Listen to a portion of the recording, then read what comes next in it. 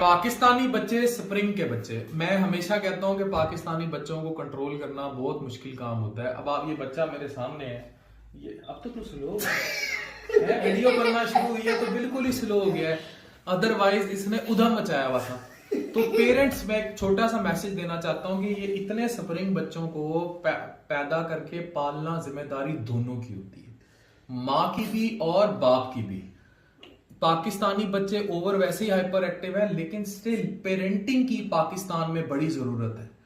Parenting ये है कि पाकिस्तान में माँ और बाप दोनों की तवज्जो बच्चे को मिलेगी तो बच्चा स्ट्रांग होगा। जैसे ही अभी अपने अब्बे को कह रहा था, भाई निकाल मोबाइल अच्छा कंट्रोल होते कंट्रोल।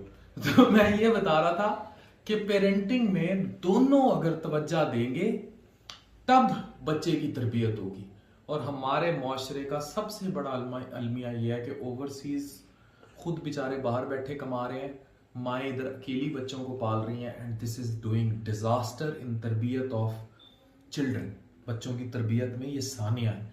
और फिर कमाई ऐसी है कि बाप हफ्ता हफ्ता घर नहीं, कई कई महीने घर नहीं, ओवरसीज नहीं तो पाकिस्तान में भी है तो कई कई महीने घर नहीं, फिर इनकी तरबियत मुतासिर होती है। तो इनको दोनों की ज़रूरत होती है।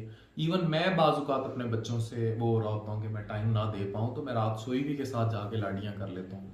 तो हमें बच्चों को दोनों को टाइम देना होता है, कल ही माँ की जिम्मेदारी नहीं होती बच्चों को पालना। ऐसी भाई काम नहीं लेता ये, भाई ये स्प्रिंग है, पाकिस्तानी बच्चे स्प्रिंग के बच्चे, मैं हमेशा कहता हूँ ऐसे ही।